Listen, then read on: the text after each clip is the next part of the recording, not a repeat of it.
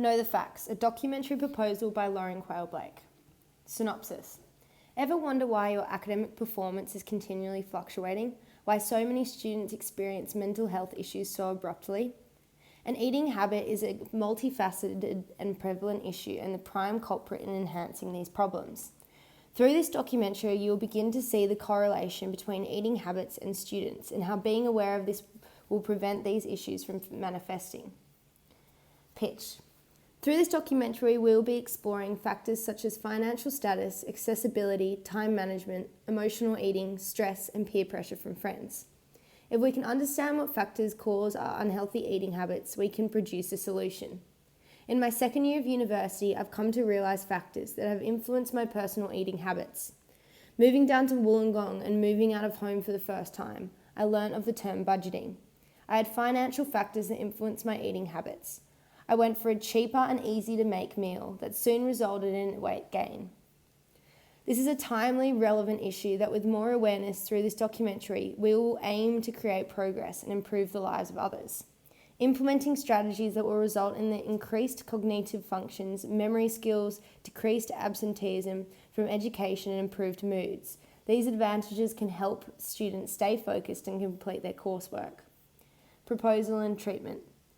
The methods that I believe will be most beneficial for my documentary is the process of interviewing students. Interviewing will be my main staple, utilising the form to communicate vital information about my particular social justice topic. By comparing experiences from a variety of university students, we can begin to draw connections and determine the possible causes for these behaviours. Taking advantage of my university environment will allow me to make use of my connections with individuals struggling with these issues and gather the appropriate statistics in order to make improvements. In achieving maximum research and data, I've decided to conduct a variety of suitable questions using quantitative data and free response, creating a space to express their beliefs and experiences. I hope to make the environment non-threatening and receptive to allow students to develop a wide range of responses for my documentary. By interviewing students, I hope to establish a flexible working space and suitable structure, while also incorporating the correct camera angle and lighting to support the work. It is up to me to have the required preparation as it will act as a proxy for the decision makers. Sharing a house with 5 other university students will create the perfect opportunity for location and subject. I will take advantage of the natural lighting my house brings forth and the many white walls the house supplies. Using a tripod and a good quality camera, I hope to create still frames, putting the main focus on the subject. Analysis of case study. My 2 case studies is The Mind Explained and Supersize Me. Supersize Me is directed by Morgan Spurlock, who takes part in a social experiment in fast foods consisting of McDonald's for an entire month. During this period, he experiences extreme weight gain and other terrifying side effects.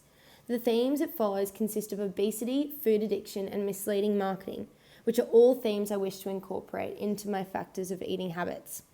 I like how they use graphics through the documentary to outline the harsh facts of unhealthy eating.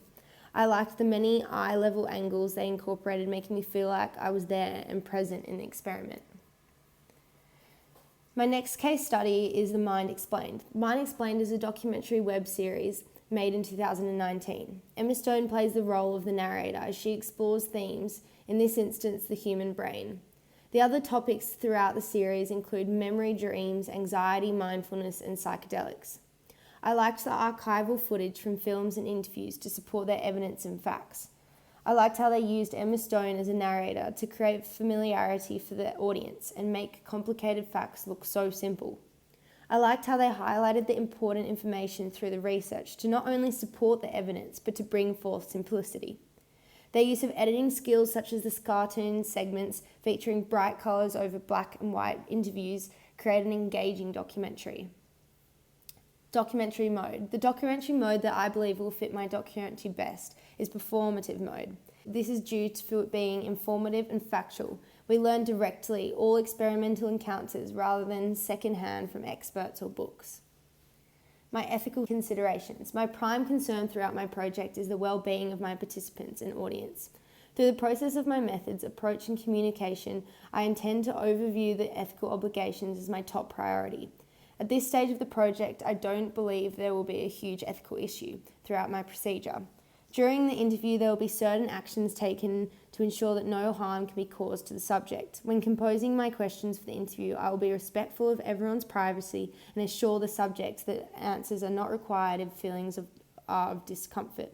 All interview questions will not entail offensive or racist information and will not put forward any judgment throughout the response of the subject. Crew roles. I intend to evenly divide the roles, allowing us to all have suitable amount of workload in order to create the documentary to the best of our ability. Due to my extensive research on this topic and the visions and aims I have in mind, I will take on the role of director. I will then divide the roles of editing, filming, lighting, audio to each crew member. If I produce this documentary, I will happily take on all the roles myself, especially in these isolated circumstances. I have the subject and I have the time. Budgets. There will be no costs in regards with the production, as I will be using either equipment from university or the camera and tripod that belongs to me. My subjects will not cost anything and the location of my house is free as well. If I end up doing more than just interviewing, I might spend some money on software to enhance my performance.